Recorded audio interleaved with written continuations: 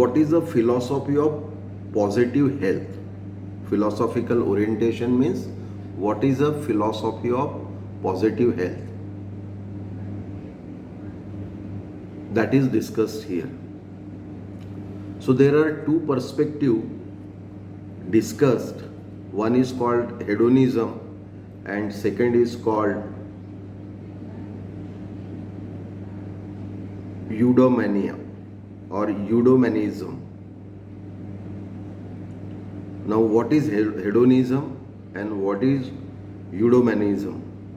That we have to understand, because write a short note on hedonism or eudomanism, that question can come. Rajurkar sir has joined? Yes, sir. Okay. Hedonism, the idea behind hedonism is that the objective of life is to experience the greatest possible amount of pleasure and happiness. What hedonism is speaking about? Hedonism speaks about normally we say जिंदगी तो 60-70 साल की है, हमने जीना चाहिए. What is that mean? हमने जीना चाहिए means जिंदगी में हमने दुख को एक तरफ रखकर प्लेजर और हैप्पीनेस के इवेंट्स पर ही फोकस करना चाहिए. And that is the normal human tendency. It is probably the byproduct of our positivity genes that human being wants to go closer to the pleasure and happiness and want to avoid painful things. That is the concept of hedonism, that is obtaining pleasure and obtaining a happiness throughout the life. Americans' nature is hedonistic. They are hedonist people. They will take the loan to go to club and enjoy. They work for 5 days and rest 2 days they enjoy. It is almost opposite to Indian people. Indian people are more believing on working more, earning more and saving more. These are the three characters of Indian people. I am not talking about the new generation now, but I am talking about the old generation, the previous generation. New generation has changed their views. They are now to some extent hedonistic. The second concept discussed here, that is eudaimonia. That is a second perspective, and it suggests well-being does not consist in maximizing positive experiences and minimizing negative experiences, but refers to living fully or to allow for the richest human potential possible. Now, who is eudomanic in our society? The person who try to explore maximum human potential, they are eudomanic. Means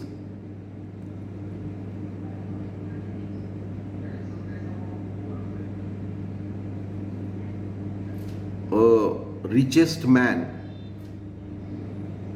instead of deriving pleasure and happiness from the wealth accumulated, he will be more inclined towards investing his money into another project and multiplying his money. That is the example of eudomania. But actual human beings are not hedonistic completely, nor eudomanic completely. The normal human being should be the combination of both. This is for our understanding. These concepts are giving to the two extremes.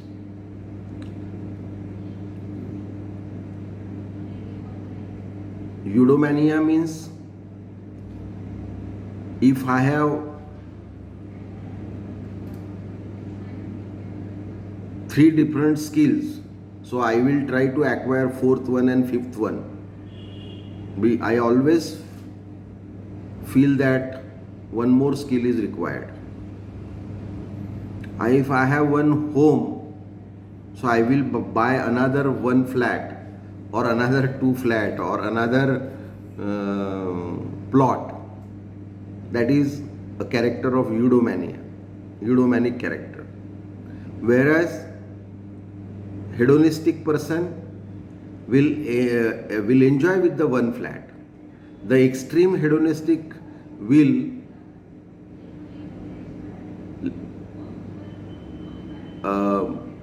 lease out the flat for getting some money from bank, and he will move around the world. Extreme hedonistic, because his goal is happiness and pleasure. That is the difference between eudomania and hedonistic person. Both concepts are related to positive health. Now, what is further said, the predominant concept stemming from hedonic psychologist is subjective well-being. Hedonism believes in subjective well-being. It is as good as Americans believe in individual well-being. Somebody told me a couple takes the care of their kids till the age of 16 or 18, and then they deposit some amount of money in their account and ask them to move ahead on their own. Further, financial support, social support is cut down to large extent. That is a good example of hedonism, American hedonism. Whereas Indian person is eudomanic. So what he will do? He will work hard. He will accumulate certain wealth. If he has one home, one house, so he will buy another house. When the boy is of 10 to 12 years, he will buy another house with the assumption that the son will marry, and then after marriage he will require a home. He will require an independent house. So he will arrange one more home. He will invest money in another home even before the marriage of the son. Again, normal tradition, Indian people spend huge amount of money on daughter's marriage. Again, there is another dimension, it is self-esteem dimension is also associated to it. But that is eudomania.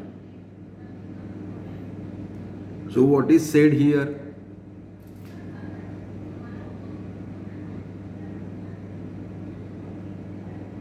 Which is obtained by subtracting the frequency of negative emotions from the frequency of positive emotions. Means what modern psychology says, subjective well-being is achieved by attaining the affective balance, and affective balance means you are subtracting your negative events or negative emotional event from your positive emotional event. I will give the example of this.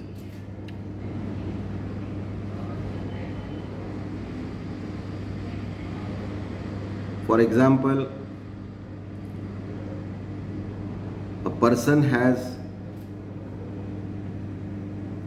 two sons and two daughters. So a person is experiencing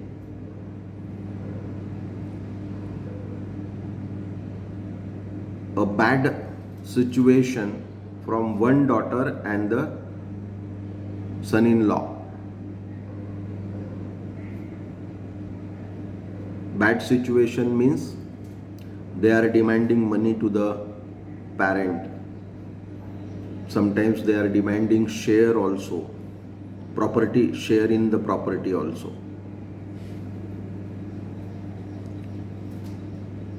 I have seen some real cases, that's why I am talking about this. So how the affective balance will be attended by the person? My son and daughter, my one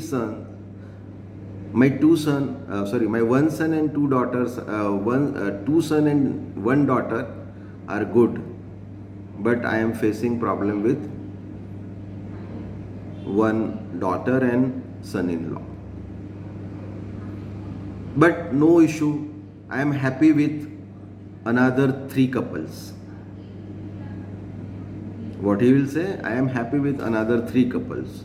That is subtracting negative emotions from positive emotions. Means he is happy about two son, daughter-in-law, one daughter and son-in-law. And he has excluded one daughter and one son-in-law from his mind because they were worst while dealing with the parent. So this kind of subtraction maintains the affective balance. Affective balance can be negative if the case is vice versa. Affective balance can be positive if the case the way I have told you. So that is the way human being do mathematical calculation of life event, and affective balance is accumulated. For a hedonistic person, affective balance is pleasurable and happy, derives pleasurable and happy moment, whereas for Udonistic person it will not.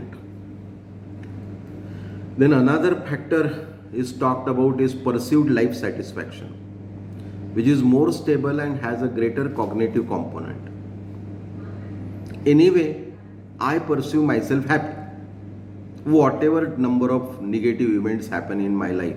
Recently I have commented in that Psychologist Central India group. If somebody is there and somebody would have listened, my personal comment. So my perceived life satisfaction is enough more to think not to think negative. To think not to think negative. What I have said in that video, I said I have lost 4 jobs not because of my fault, it is because of company's fault. I said my one company, except my first company, the second company is closed because there was some legal issues related to trademark. The third company is closed because they were running college illegally. It was not illegal, it is in a view of the law the colleges were illegal. In fact, they were doing the far better job than the government. The third company closed where I was working. It is closed due to owner has given a bribe of 50 lakhs rupees to income tax officer to save the income. That's why that company is closed. And I am talking about the limited company. That name of that company is Everon Education Limited. It's a limited company. It's an education company. And another fourth one, the big company like Reliance has discontinued their milk business, and then again I lost my job. So I have faced these four different negative events, but I have not done calculation. Whatever I am doing now, I perceived it as yes, whatever I am doing it on my personal capability, and whatever has happened with me, it is a matter of chance. It will not happen with everyone.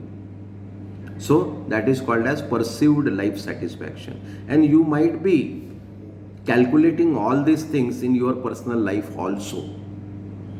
Affective balance and perceived life satisfaction. Understand these two concepts and calculate for yourself. Then people who manifest eudaimonic well-being are characterized as follows. What are their character of eudaimonic people? They have a positive self-regard, as I told you. I have a positive self-regard. Warm ties with other. The ties, my bonding with others is very strong. A surrounding context. I create the people. Means I create people for myself. I enjoy with the people.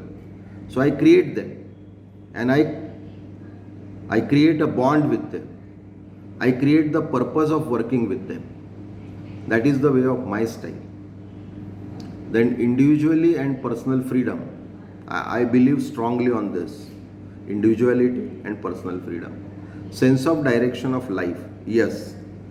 Though the direction is changing from time to time. Not time to time does not mean within a year. At least after 10 years, your sense of direction of life should change. This is what I recommend.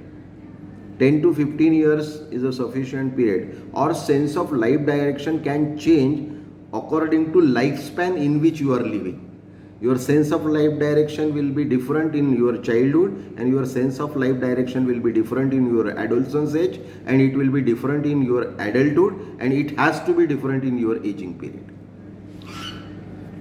Then dynamic of lifelong learning is very interesting point. Learning is continuous, learning will never stop, and on the basis of this, there is one self-determination theory. The self-determination theory is talking about autonomy, competence, and relatedness. It should be congruent and coherent. Means it should be overlapping. Your autonomy and your competence should overlap. Your competence and your relatedness should overlap. There should be overlapping between relatedness and autonomy. This meeting is going to end. Chetna has not joined. We will reconnect again. Have any doubt? Then role of optimism in positive health, that we'll discuss.